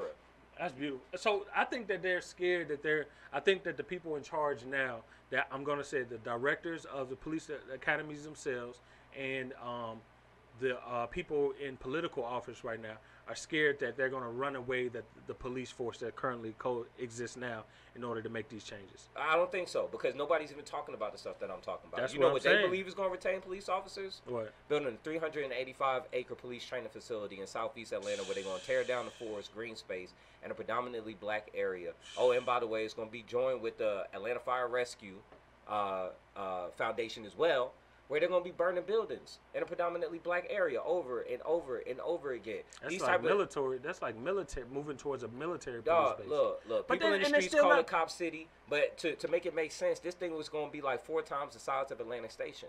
That's 3.5 times the size of Grant Park. It's bigger. It's going to be bigger than Los Angeles' facility, bigger than New York City's facility, right? And the people in the community don't want it. Yeah. But right now, they're voting on it. Wow, that's crazy. Who's they? The Atlanta City Council. So we talk about what they do. That's the power. That's the power, right? And this thing is being funded $90 million by Atlanta Police Foundation, that's not which is funded by corporations. It needs to be like, I'm serious. Look, man, for all the people following ATL Scoop, I challenge you to do this. Number one, find out who's behind that page. Yeah. We know who's behind that page. I want y'all to look up who's behind that page. Look who they are tied to. Look at what the agenda is behind it, and also acknowledge that the person behind that page don't look like us. Oh, I believe. That's why I say I don't follow. A girl I used to talk to would send me that all the time, and I just don't follow it. It's a propaganda machine. That's exactly. It's only showing dark people commit all these. It's trying to promote that Atlanta is a dangerous place. Correct. And it's like, no, I've been living in this city my whole life since '94. You know what I'm saying? I've seen the worst of Atlanta. Right. Come on. This ain't. I remember when Edgewood. You ain't. I know Edgewood. I lived in East Lake for 7 years. Oh, you lived in East Lake? Over in East Lake. I would never live over in East Lake in the 90s. Listen, man, it's crazy. Even as I do ride through it, I'd be like, yo, go to East Lake. You go to much of Decatur that people actually like. Hell, even downtown Decatur, you feel good. You feel comfortable. J.R. Christopher's over there. Christopher's? J.R. Christopher's, the brunch spot. Oh, J. Christopher. Oh, my bad. Yeah. You're thinking of wings and. He mixing restaurants. I said, oh, they got a collab. He mixing the chicken and the waffles. Yeah. Yeah. But they a lot of ATL Scoop and they promote propaganda about Atlanta that is false. It's not a dangerous place to live. But if you look on anything, but. Man, shout out Atlanta Uncensored though. You know what I'm saying? That's a black run page that still gives contemporary news and different things going on, but I think they show the whole picture as to what's happening in the city. You know what I mean? Like, we're in a predominantly black city, so a lot of the crime is going to be perpetuated by black people. Proximity. But when you only show black people, you know what I mean? Like we know what time it is. Yeah. And that's the thing too I wanted to ask is that because we talk about this all the time about Atlanta being a black city. But we only own 38% of the property. Oh, let's get into that because you said something. You said something about a percent of. We got the worst wealth disparity gap in the country between blacks and whites in our city. It's crazy. We are 53% black. Mm-hmm. Average black person makes $26,000 a year. That ain't what they say on Instagram. Hold on. Average black person make $26,000 a year. Our white counterparts make upwards between $96,000 and $110,000 a year. That's households or individuals? Individual. Okay. That's scary. That's individual. That is scary. You said 26,000. 26,000 a year is what the average black person is making in Atlanta. When I heard Wakanda, Lenox Mall, hopping, shopping. You know what I'm saying? Yo, and, we get caught up in black exceptionalism. Yeah. We believe that defines black people. Right. You know what I'm saying? Yeah. Like we see, he got a Lambo. Yeah. He drive a Tesla. Yeah. He doing this. He doing that. And we think everybody got it like that, and it ain't like that. Big. We are the tale of two cities. You said we were talking about gentrification when I met you the first time, and you said a certain percent of homes are bought by who? Oh, 50% of homes in Atlanta are being bought by executives. Within the last year, 50% of the people who moved into the city were white. Only 23% black. It's our black city. You can't afford Atlanta anymore. Ooh. Average rent is $1,400. That's a fact. Which means you got to make $34 an hour. A person making $26,000 a year cannot afford that. Not at all. You also said something regarding what is it? The AMI? AMI, right? Yeah. So average median income. All right. Is AMI. It's calculated by HUD. It's how they determine what is affordable living in the city. Right. According to them, AMI is 86,000. So if the average black person making 26, but median income is 86, and it's predominantly black, even if they say, all right, we're gonna make it affordable, we'll charge you 80% of the AMI, you still can't afford it. So people who, like myself, or say a professional, an educator, making, and look, as a teacher, I ain't making but 49,000 or whatever. That ain't no real money. You know what I'm saying? So, I'm privileged enough to also be successful in social media and being an entrepreneur, which gives me access to additional things. But if I live strictly off of my teacher wage, couldn't make it in Atlanta, man. No, in fact, right now, look, I bought my house in 2011 during the housing crash. I remember that. Right, $128,000 as a foreclosure. You got a steal. I couldn't afford to buy my house for myself right now. He said he couldn't afford to buy his house from himself. That's a cold fact. That's scary. Listen, my house getting to be the same thing, and I only bought mine 2 years ago. Yeah. Oh, our house value went up 18% in the last year. Go look at what the house on the in next. Atlanta. For you to say you can't afford your house right now, you better stop. I just got to that space. All right, but I'm just saying. But hold on, because me and Mark talk about this. Listen, we just got out of our. We get deep now. Hold on, now. We just got to our space, so we ain't too far from moving on. But we just saying that we talk about this all the time, the true economics of the city, because we believe that when you have the right information on what's actually going on beyond what's promoted and propaganda, then you can actually solve real issues. Correct. and get a chance to really have live and lead progressive lives. So the blacks here, we don't own this city. In fact, it's this city is still ran by corporate infrastructure. Coca-Cola, Georgia Power, and there were 3 other corporate interests that were like leading in money that was made here and taxes that were paid here, which brings me to another subject. How do you feel about Buckhead trying to put on their amendment to get voted to vote themselves out the city? Yeah, I mean that's been a conversation that's been going on, decade after decade. In this city. That's true. But the truth of the matter is, people in Buckhead want the same thing that our unsheltered population want. They want to feel seen. They want to feel heard. They want to feel responded to. They pay like 25% of our taxes. No, they pay 37% of our taxes. Hey, you got to give them say so. Like, I'm a numbers guy. I teach economics. I was a public policy major love that. at Georgia State. You know what I'm saying? Oh, Graduated okay. in the top 10% of my class. Dang. Like There's a lot of them. You're a scholar. But you gotta be though. Yeah. You know what I'm saying? Like a lot of times people want to go into this policy thing, which is like it goes back to the original conversation, right? Now imagine we could have someone of the culture, someone who's in the trenches, someone who's cool enough to know, but somebody who also know what they talking about. Big fact. Like, and who not gonna buckle down. I was gonna say. So what happens? Because how many city councilmen? So there's 12 districts. Okay. So you got 12 district councilors. Okay. You got 3 at-large councilors. Citywide. Then you got a city council president. Okay. Which is basically like the vice mayor. Okay. Over all of them. Right. Yes, but they only have voting power if there's a tie. So if they break a tie, got you. it's the only time they get to vote. So and if something happens to the mayor, they become mayor. Gotcha. Kind of so with you being an individual and the political structure being what it is, how do you go against that grain? How difficult is it going to be for you to make change or inspire change or influence change, because you're dealing with this demographic of a lot of people who are more political than they are. You're not brought up in a political machine as a lot of individuals would be. Facts. Nah, but I'm a part of a wave. Like, it ain't just me. Mm-hmm. That's the part that's scary for a lot of the establishment right now. Right. That's a fact. You know what I'm saying? Like, I'm a part of a league of young, progressive, but pragmatic individuals that are running. And I say progressive and pragmatic on purpose. Because there's a lot of people who are progressive who are just like, oh, tear it all down.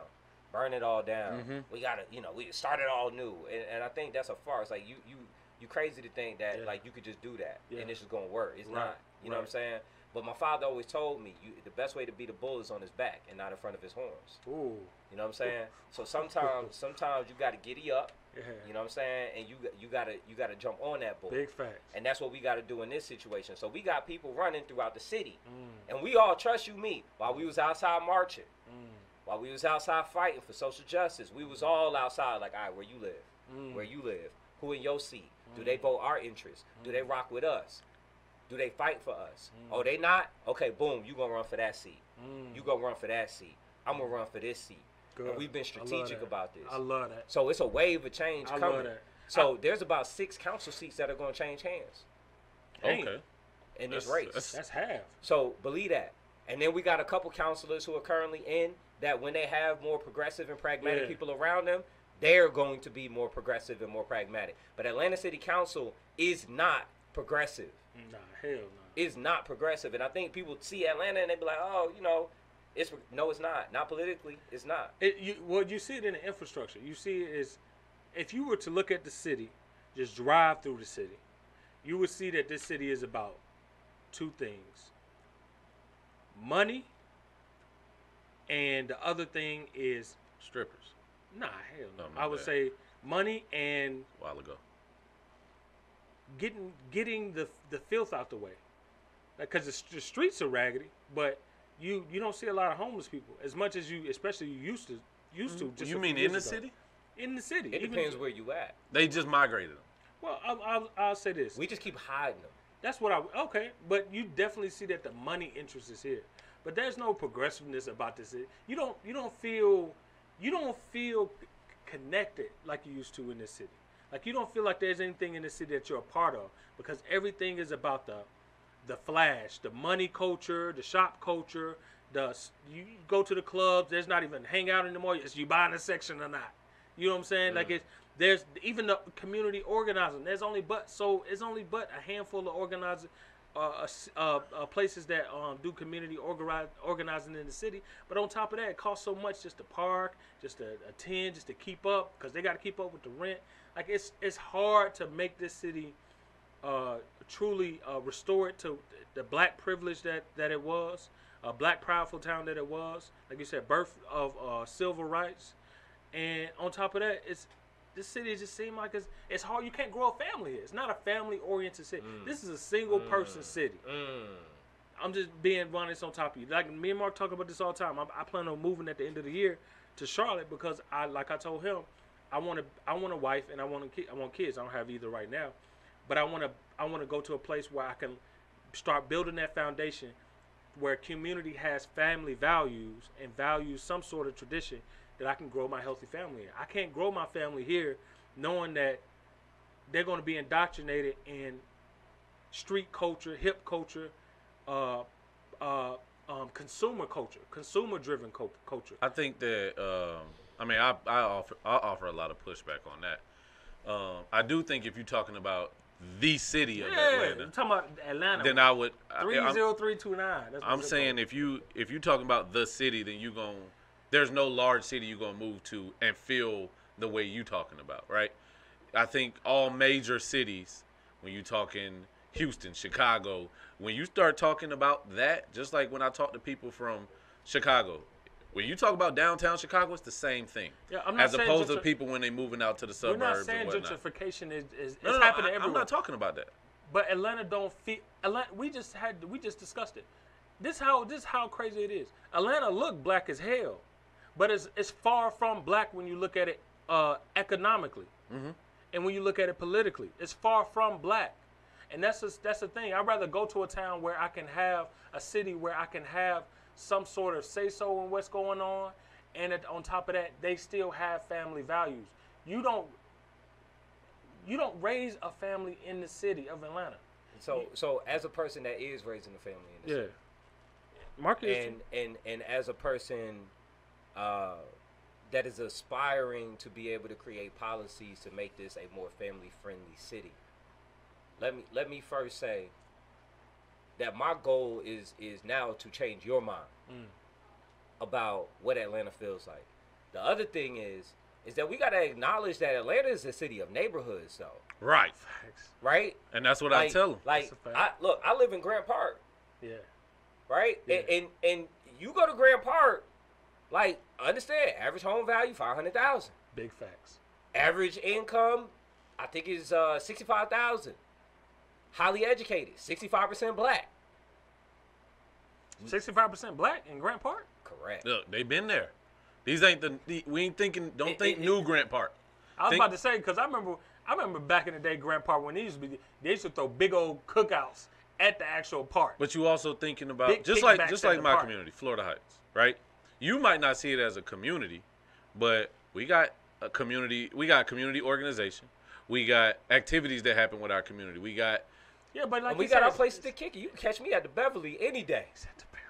Shout out my boy Mario, black-owned establishment, and I'm up in that thing chilling, DJ rocking, all that. Ain't paying for no parking. Yeah, but that's the thing too. Like Atlanta, and listen, I'm Atlanta got whatever you need, depending on what you're looking for. I don't know, man. It feel like it's like this. It's either you doing terrible out here in the city trying to survive in the streets, or it's that black bourgeois. No, but what happened? And I hate that, because it's like that ain't never what Atlanta been. We ain't never been no bougie city. We've always produced educators. Morehouse has always been here. Spelman has always been here. I don't know that that's necessarily true. I do think because you got to understand, like we have an establishment in the city. People who come from families who've been legacy. Like I'm talking about people whose families started a lot of these neighborhoods. That's true. People whose families, like they had Dillons back in the day. Don't get it twisted. They gave certain neighborhoods to certain people. They gave certain land to other people. They gave the political realm to some people. They gave the corporate realm to some people. They divided this city up, and it's all playing out right in front of our faces. Yeah. And now, like we don't recognize it for what it is, but. Like, a lot of this has been baked in for a long time, but the disruption is coming. Yeah. The disruption is here and is now. So, that I say, we don't have to give up on Atlanta. We can make Atlanta a place where everybody can find a part of Atlanta for themselves. Absolutely. I love my neighborhood.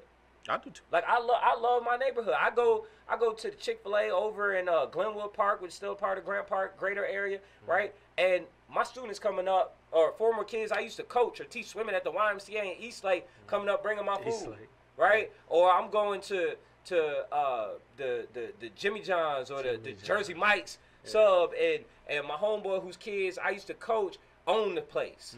You know, like it is. You can have what you're looking for here. There is community here, but also, yes, we have succumbed to a lot of consumer culture and those type of things, but it's because of a lot of the establishment people who have written us off. They sold a lot of us out. A lot of us out. And, you know, gentrification, I think a lot of times we confuse gentrification and displacement. They ain't the same thing. Yeah. Talk about that. We should be building up and doing better for our communities, but not pushing out our people in the process. That's a fact. Like, I got it was a woman, Miss Williams, lived across the street from me. In the house I'm in now, I've been in my house 11 years. Oh, congrats. Yes, thank you.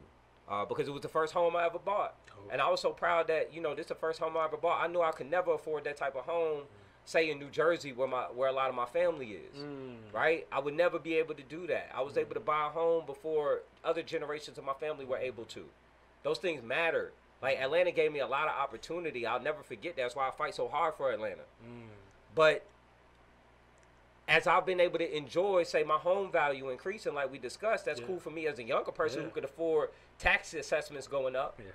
But what does that mean for Miss Williams, who lived across the street from me, who had 3 generations of black women in her home, who's past retirement, living on a fixed income, and then has her daughter, and then has her daughter's daughter, her grandchild, living in that same home, who now had to sell that home because she couldn't afford to increase the taxes for a home that was already paid for. And what you say your solution was? yo, we got to we have to work with Fulton County, because you got to understand, city of Atlanta don't only has but so much control over property taxes. That's a county thing.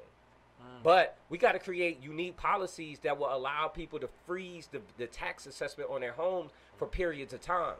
Because if you freeze it outright, say that person wants to sell that house, then they can't enjoy the appreciation of that asset.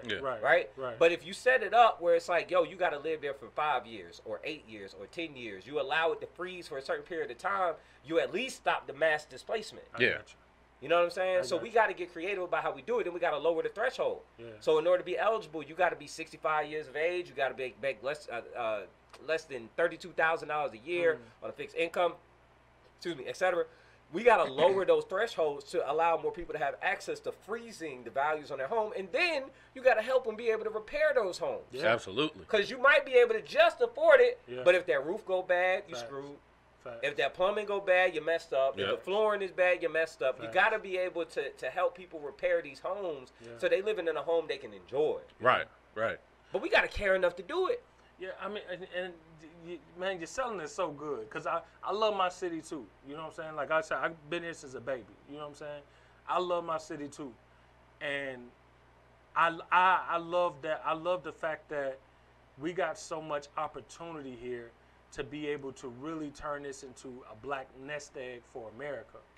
You know what I'm saying? Because I really do think Atlanta, you can hear it all the time. There, people come from here from all over the world. They say they've never seen a place like Atlanta before. You know what I'm saying? So the potential is there, man. It's just, I'm afraid that we will lose to the coin, to the corporate interests. And corporate interests don't care about culture. Nope. They don't care nothing about legacy. All it cares about is profit at the end of the day.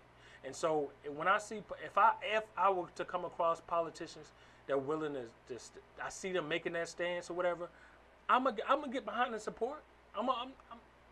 I'll stay in the city. I feel I'm a valuable asset to the city, especially because I'm in the tech space and the work I do with mental health. But again, like I gotta, I'm a millennial man that's getting older. And you know, as we're getting older, we value different things. It ain't about partying no more, getting baddies. It's about raising a family. Like you said, we're progressive but pragmatic. Well, come on over to Southeast Atlanta, man. We welcome you. What'd he say? What'd he say? What'd you say to me? You can afford it now. Yeah. Come on over to Southeast Atlanta. Hey, man. Right? Stop chilling out in downtown and Buckhead and stuff like that. So let me ask you. I want to get a little bit personal. So because there's gonna be other things people want to inquire about you. So what made you move to Atlanta, or what made you plant seeds in Atlanta rather than go back, take your talents back up north, to the Jersey tri-state area, and continue what your father built up there? My dad moved the family down here in '88. I was here from '88 to '95, right? And then my parents split up, and we moved, back home. Because that was the only way they were economically able to sustain not being together, right? And we were deeply entrenched here. I'm talking about I went to Morehouse Chapel every Sunday for church. Dean Carter, who was the pastor of Morehouse Chapel at the time, his son, Carter, was one of my best friends growing up as a youngster. Like, I grew up on the campus. All I knew was I'm going to go to Morehouse one day. I was that kid. Okay. Morehouse this was different world, Morehouse. 100%. Yo, my mom literally sold all the robes for the Morehouse Chapel choir when I was a kid. Like, my mom did all the merch for the Apex Museum over on Auburn when I was a kid. Like, you know what I mean? Like, Atlanta raised me as a youngster. Yeah, city. And he ain't leaving. 100. And then we went back home to Jersey. Yeah. I graduated high school there. I attended 2 years at Rutgers University. Okay. My freshman year at Rutgers was when I was on 106 in Park, right? And we're going to find that clip. We're going to put that clip up. Yeah, go ahead. I get retired on Freestyle Friday. This is when Freestyle Friday meant something. Yeah. I had, record contracts from any major you can think of. I'm talking about from Def Jam to Murder Inc. to Universal to Arista. You had professional headshots? all the things, right? Yeah. But the issue for me at that time was I wasn't talking all the same stuff that everybody else was talking about. This was a time where hyper gangster culture was like really Like, I mean, real gangster. Like, you know what I'm saying? Y'all know what it was in the early 2000s. That was the 50 Cent era and all of that, right? So we were in the midst of that. They didn't talk on cameras. Nah. And I had an opportunity. Well, my older brother, who's an Atlanta native, went to Redan. Shit. He from okay. that. He from East that. side. All right. Yeah. He caught a case out here. He ended up going to jail, getting sentenced to 10 years for shooting somebody out here in Atlanta. Didn't kill the man, but he shot the man 3 times. And he had a daughter and a son. And I dropped everything I had. I left Jersey. I left everything I had available to me at that time. Record contracts, opportunities, all of that. I came down to Atlanta with a crate full of clothes, a 32-inch TV with the hump on the back. Big heavy mom. Yup. A twin-size mattress and $200 in my pocket. You know what I'm saying? And I lived off of selling my CDs out of the trunk. Back when Buckhead had Far Road and all the clubs was out there. I was about to say, that wasn't that South DeKalb. Yeah, nah. when Frequency was out there. In the living room and all of that. You know what I mean? Like, the living room is off Buford Highway now. Yeah, but this is when it was all clubs. Yeah. Wasn't no Jimmy Choo and, you know what I'm saying, Warby Parker and all that. That wasn't there. Right? It wasn't there. And I lived off of hustling my CDs and whatnot. You know what I mean? Clicked up with Sean Garrett. Oh, shit, the writer. He was always one of my favorite artists. For sure. I mean, Sean Garrett is one of the greatest R&B writers of our time. No, I wouldn't say that. Because he looks short on TV. He's 6'4", so he be trying to everybody. Sean Garrett about like 5 foot. Yeah, I don't think he that short. I don't think he that short. But he a legendary artist. Though. You know, I met Sean Garrett because I was serving tables in the Cheesecake Factory in Buckhead, and I met Omar Harris, an entertainment attorney at that time while I was out there, who recognized me for being on Freestyle Friday or whatever. I'm serving tables. I'm grinding. Just trying to make it. Poor, broke out here on some starving artist tip. But helping to take care of my brother's kids while he was locked up. He was down in Abbeville, Georgia, South Georgia on the chain gang. You know what I'm saying? So my family, I dealt with the impacts of knowing what, mass incarceration does to your family. And those type of things. I know what the impacts of it look like. I just got a cousin that just got out from doing 10. Yeah. And then in that time, I had lost a little homie that lived underneath me that I got very close to. When I moved out here, who was shot by another team, you know what I'm saying, and killed. So I felt the impacts of gun violence on both ends. And that changed my life. So I had decided at that time I was going to go back to school and I was going to major in public policy because at some point I felt the need that I was going to run for office and I was going to try to make Atlanta a safer place for everybody, for our young people, for our black people, so that we could stop a lot of what's going on right now. So when people talk about like wanting to deal with crime, violent crime, things like that right now, a lot of them talk about it from the outside looking in. A lot of them talk about it because politically it's expedient for them and it helps them. But I'm talking about it from the perspective of having to push dirt on somebody I love, or having to visit somebody behind bars that I love. A lot of them really ain't been through nothing. You're right. Nah, they don't know how to relate to it, and I've lived it. So let me ask you this: when we talk about we're the intersection of we're the place where young people need jobs. A lot of young people. Water boys. Right. They talk about the water boys. A lot of them don't want to work for nobody, or they don't feel like the entry point is going to give them a livable wage. You got that. Then you also got another point, which is the individuals who do come out and who feel like nobody's giving them a shot, or the shots they give are also not a livable wage. How could you influence that? So two things. Well, two sides of it. So first, I'm gonna address the young people, right? The proverbial water boys, what we call them, right? Yeah. And for those who don't know, the water boys are young boys, like typically pre-teenage boys, who sell water and snacks and things like that at corners. I saw one young man. He had a table with a tablecloth out there. Was that the guy for MLK? This one on MLK got a whole setup. Yeah, I think so. Bro. Whole setup. 100%. I was like, I ain't yo. mad at that. I was like, yeah, like, come on. But they're also criminalized for what they do. They're demonized for what they do. You know what I'm saying? And there's some young brothers like they ain't got no guidance, so they don't understand like customer service or how to approach people and those type of things. And it could be deadly for some of them, to be honest. You know what I'm saying? But to that I say, the city of Atlanta has a responsibility to make sure that every young person in the city got a job. Plain and simple. We should guarantee every high school age kid a job. Right. We used to have those programs when I was a teenager. Yeah. I remember you saying that. Now the other side to it is this. We live in a day and age where this thing right here They'll turn you up. can make you more money than working for somebody. That's true. It does for me.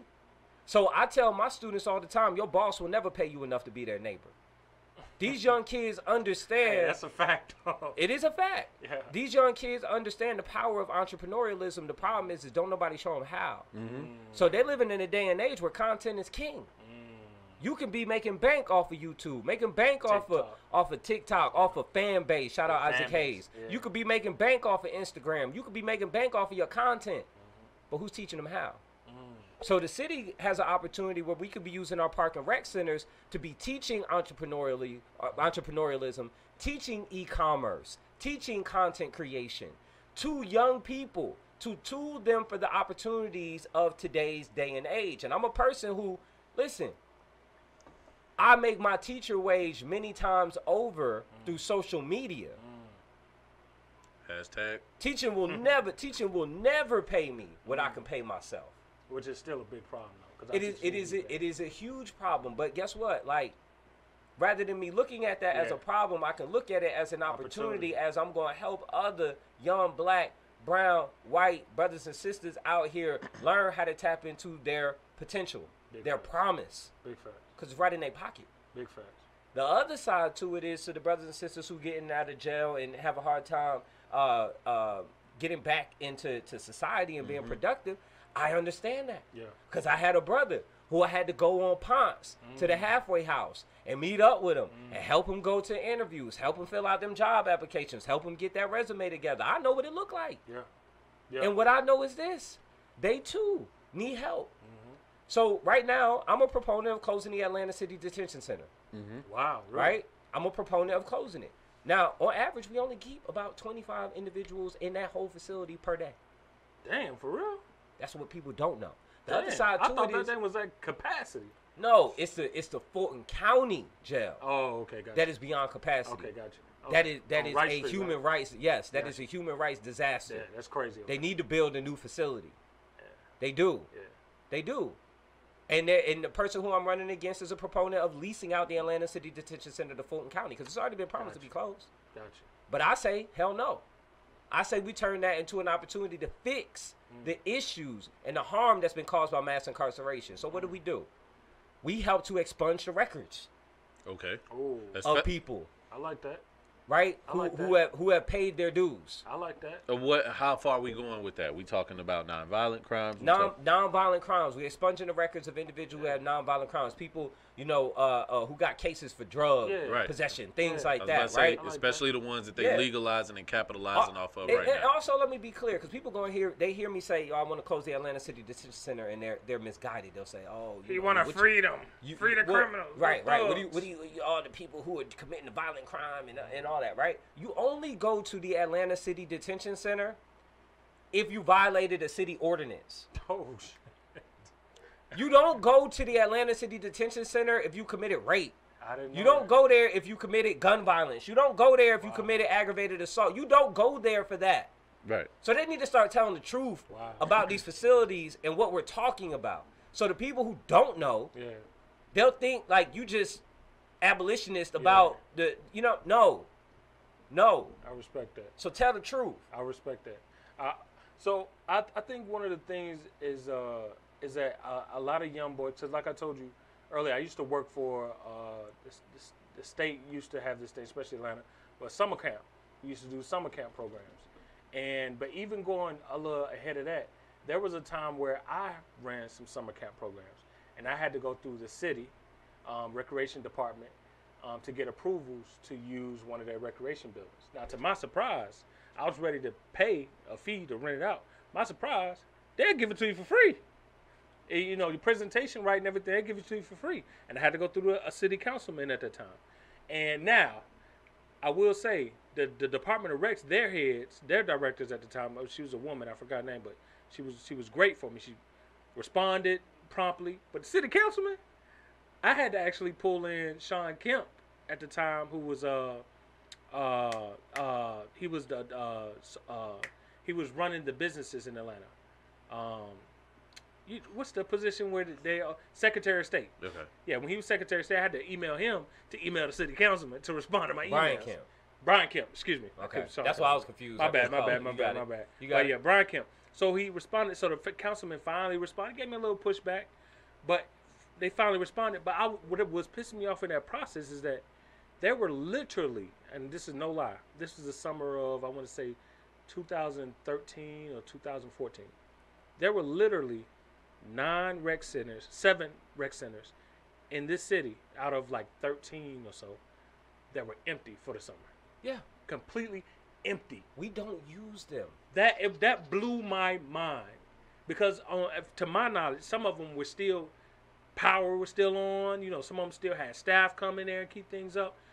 I'm just like, yo, the opportunities, if people knew these things with the resources were there, the things they could do for their community. Yeah. Dog, like you know what one of the biggest things that helped turn around like the culture and the fabric of Eastlake? The YMCA. Really? Yeah. The YMCA. Notice the YMCA is in the heart of Eastlake. It is. Right? I used to work in the YMCA for over 15 years. I worked in New Jersey. I used to work in the one in Eastlake. That's what brought me to the Eastlake community. That's what brought me into the city of Atlanta. That job opportunity at Eastlake. And I saw, if you look at what facilities like a YMCA, like a youth rec center, like a Boys and Girls Club, what they can do for a community. That's true. Now imagine the Atlanta City Park and Rec actually get the investment, the programming, the intentionality, the targeting. Now we talk about what we want to do about crime, and we talk about what we want to do about engaging our young people. How about we invest in our park and recs?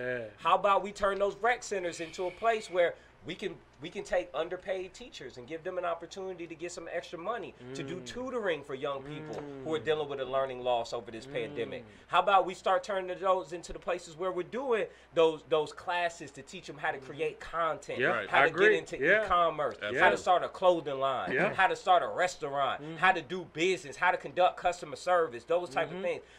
Those are the epicenters where we can be doing that heart work and that real work, that hands-on work with our community. But if only we funded them. Right. And what that like we should. What that looked like essentially, because I was going to take my son and do the summer program at the Y at Eastlake. Man, when I looked at how robust their activities were, and it's not just sports, you know what I'm saying? Nope. They had opportunities from ages 4 and up. My son can go in and do tech. My son can go learn how to do Lego robotics. These are things that it seems that there's opportunity for. We got intellectuals here. We got infrastructure here, like as you were saying, and it's not being used. Yeah, it's a lot of wasted and ain't nobody talking about it. That's a fact. See, what we'll do is we'll say I'm gonna get these boys off the corner selling them waters. I ain't gonna let them jump on your car. I'm not gonna let them do this. Or we gonna lock them up from smashing in your windows and things like that. Well, look, I teach incentives in economics with my young people. And one of the things that we know is that in America, a positive incentive will always have a better outcome than a negative consequence. Absolutely. Right? So if we get these young people tapped in and we say, listen, we'll pay you. We'll pay you to come show up for these classes. Yeah, absolutely. And imagine what that would do. And one thing I will say, I'm not sure about the city of Atlanta, but when I worked with DeKalb County, they paid their summer programs. Not only would they tap into the local businesses, but they would pay to train you after a certain point, especially even during the pandemic. You're getting at least $15 an hour to learn whatever it is that you're trying to get into. And they're partnering you with different organizations, and they're partnering you with different aspects to help teach you these things.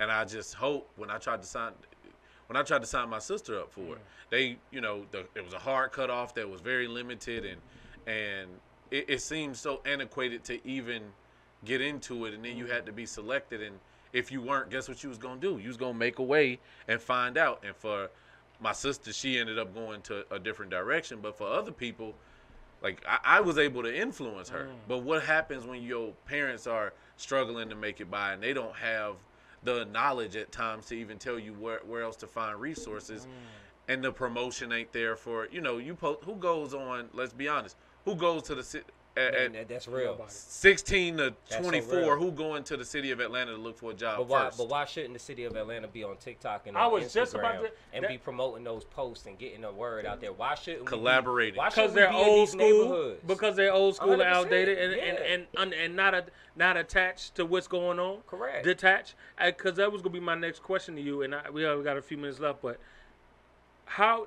And this is something I've always thought, especially when people, a lot of politicians have come into the new age, creating social media pages to try to get youthful, votes and people involved. Why not one of the things that you run on is saying, like, look, I know a lot of politicians say they're going to do X, Y, and Z, but when I get in office, I'm actually going to show you. I'm going to bring you in our office and show you. It doesn't have to be an everyday thing, maybe once a month or whatever, but you show us what are you doing that's moving the needle, things you're stuck on, things you need our advice on, things that you're pushing, that you want to push awareness out into the community. I don't want every time I see my politician is election time. Exactly. When it's time for me to give them a vote. Or when somebody rioting. Or when somebody's riding, right. I need to see, if you're a youthful person, you on social media every day just like I'm on social media. You can't spare me a few minutes here and there to show me what's because these kids gotta see it too. What's gonna be different about my service for this city is gonna be a few things. Number one, I got a text line that folk can hit at any time that goes to my phone and my team's phone. We got a community text, and I'm talking about we can text you back one-to-one. We can respond to you one-to-one, etc. So you always got me on that. The other part is, I'm on social media. I'm on IG all the time. You are going to see the process. You're going to see the process. You're going to be able to tap in. I got my own IG Live show called Teacher Talk Live where I go on live and I talk with folks. So you better believe a constituent going to be able to tap right on into the live. And say, Councilman Brooks, X, Y, and Z, this is going on, that's going on. We're going to know what's going on. We're going to stay outside with our people. This is what we need right now. This is what we need right now. And this is why, look, man, the great scholar Nipsey Hussle. Hey. One of the great philosophers right, the great philosopher. That's what I do. That's what I do. Said this is a marathon, right? And I think one of the things that we don't do well as black leaders in America is that we treat this thing like a sprint. Or we forget that the part of a marathon is that it comes with a baton. Ooh, I and love that you run as fast as you can.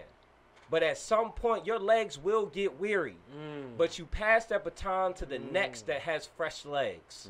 Ooh, and so it is time for individuals who have been in office since the 90s to pass the baton. Because we got fresh legs. Facts. And we are willing to run. That's a and fact. we know the terrain of the next course of this race better than others do. Ooh, I love that. And so if it's more about our people and best outcomes for the city, then get your ego out of the way. And believe in what you offered to us, which prepared us for this moment. Absolutely. And stop clogging up change. All right, Councilman. So how can people reach you? How can they follow you? How can they support? How can they donate? What can they do for you? Yeah, look, y'all can go to my website, brooks4atl.com, Brooks, FORATL.com. You can follow me on Instagram. I'll invite y'all to come to my personal page, which is Call Me Shivy, SHIV as in Victory, Y, CALLMESHIVY. Give us a follow, tap in. Go to our page and donate. We talk about one change. We march for change. We call for change. We can point out all the things that are wrong, but we got to finance these campaigns. Big facts. You know what I mean? I'm big on buying my politicians. Yeah. I'm big on them. Look, because if you don't, the corporations will. Big facts. You know what I'm saying? Big facts. We cannot get upset about not getting change when facts. you allow these antiquated politicians to continually be bought out by these foundations, these corporations, and these PACs that are already getting the big boy money. You know what I'm saying? And then we wonder why we're not getting change. And they're going to give you lip service. They're going to tell you everything good. They families or legacies. They're icons in their own right. You know what I'm saying? But then ask yourself, if that person's last name wasn't their last name, what did their first name do? Ooh. Yo, he's good. Your father taught you well. So, I invite y'all to join in with us, man. We need help. We need you, I'm not sure when you guys are going to release this, but this... this Thursday, Lil Ozios on Moreland Avenue. We're gonna be doing a meet and greet out there. It's on the Ormwood Park area of Moreland Avenue, what south time? of 20, from 6 p.m. to 8 p.m. Family friendly. Mm-hmm. Bring the kids, bring the wife, bring the girlfriend. You know what I'm saying? Bring Bae. And show up and let's talk about how we're gonna get some change. But I invite you all to help contribute. We do a lot. Are y'all accepting donations at the spot? 100%. All right. Because I'm big on. Listen, I'm big on. Everybody who follows me, everybody who's done work with me in capacity, know I believe in two things going hand in hand: philanthropy and profit. Yeah. You know what I'm saying? You can't really or you shouldn't do one without the other. I don't believe people, especially our people, doing all this leg work and starving. You know what I'm saying? We gotta fund the system just like other groups fund their systems and their motives. So I'm glad you said it because like I want you to get your money. You know what I'm saying? I be wanting to give, but I'm like, is you gonna ask? Yeah, but my campaign. Let me say this though. Yeah. My campaign employs black women. Oh, and I'm very intentional about that. You know what I mean? I love that. Like we can't talk about problems and not be a part of the solution. That's a big fact. We understand that our sisters many times are not given the opportunity they deserve, especially in the political world. You know what I'm saying? That's a fact. So I'm very intentional about hiring our people. That's a fact. For this campaign. So when you support my campaign, you're supporting black women. So I want to be clear about that. I'm about that. I love that. Black men, I don't feel get enough credit for how much we do support a lot of black women. Like there's lots of black men of us out here who employ them, who do contracting with them, donate even, volunteerism with black women, collaborate, amplify. So, yeah, that's a big fact. You know what I'm saying? So I'm actually really glad you said that.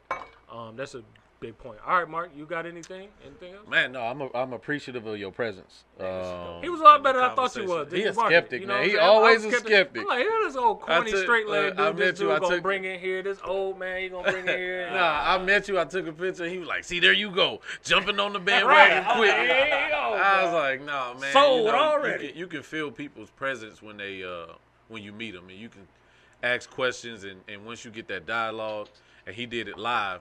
So you can see how, in real time, how they respond and the authenticity in it, too. Yeah. And so that's one thing that I felt. And on the spot, I just felt the need to donate because it was something that I truly believed in at that point.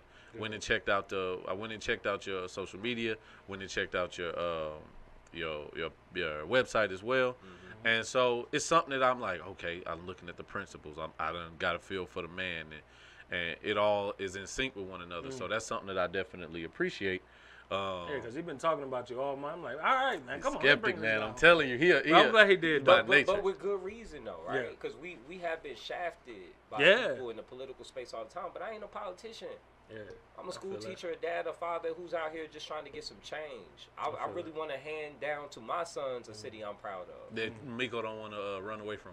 Exactly. 100%. I want you to feel like, you know what, there's a place for me in Atlanta. I'm open to it, man. I'm gonna be honest. You're the first person that's given me a convincing repel to my thoughts and ideas. Open, you got 3 months. He gonna say he got 3 months. You definitely got 3 months. Well, help us get in the office. All right. That's how we start. Help us get in the office because we all got networks out here. And you're an Atlanta native, so you know plenty of people. And I would say this: we will win. Oh, we will win. Yeah, I like a lot of things you stand for. I like a lot of things. So before we leave, I gotta ask you one more question. Where you get the hat from? People gonna be asking, nigga, like, man, where you get the hat? I gotta get the sauce, man. I gotta get the sauce. Black hat maker in the city. Fruition Hat Company. They got a store in Lenox Mall. They got a store in the West End at the Met. And they also sell hats in the East Ponce Market, up in the Village Market store as well. Okay. Shout out my brother Stanzel and my brother Abraham. But they, you know, it's some brothers that own a spot. You know what I'm saying? And I get all my hats from them. Swag. And you know, it's just, you know, hat culture is a part of like black, Hell you know what I mean, style. It's a kickback to the civil rights day and age. Big facts. You know what I'm saying? When King used to rock fedoras and all of them. So, you know what I mean? I made that, you know, it's always been a part of my style. Yeah. But it's something that I've been very intentional about it being a marker of who we are and how we show up in all the spaces. I don't take my hat off when we go in them forums and whatnot. I show up as I am. I break all the rules. And I think it's time for that. I love it, man. All right, y'all know what it is. Black Men And Cigar Podcast. Fear Coach D'Amico's. Be sure to subscribe to our YouTube channel. Black Men And Cigars Podcast on YouTube. Follow us on Instagram, and be sure to follow me on Facebook if you're interested in. That as I always say, there should be at least one black cloud engineer per family. So if you're interested in, breaking into an industry that has no formal educational requirements for the most part to get in and make a lucrative salary, again, find us on Facebook, Black Cloud Engineers. And go ahead, Mark. Yeah, y'all can follow me on IG at bensocial.distancing. Y'all can hit me up on Facebook also at Mark Anthony. That's going to be a hard find, but good luck, Big facts. If y'all need career coaching, if y'all need, your resumes retooled, you trying to switch your career, y'all can also holler at us or holler at me. And, we'll be here. Yeah, we're here. All right, y'all, we out there. Bah!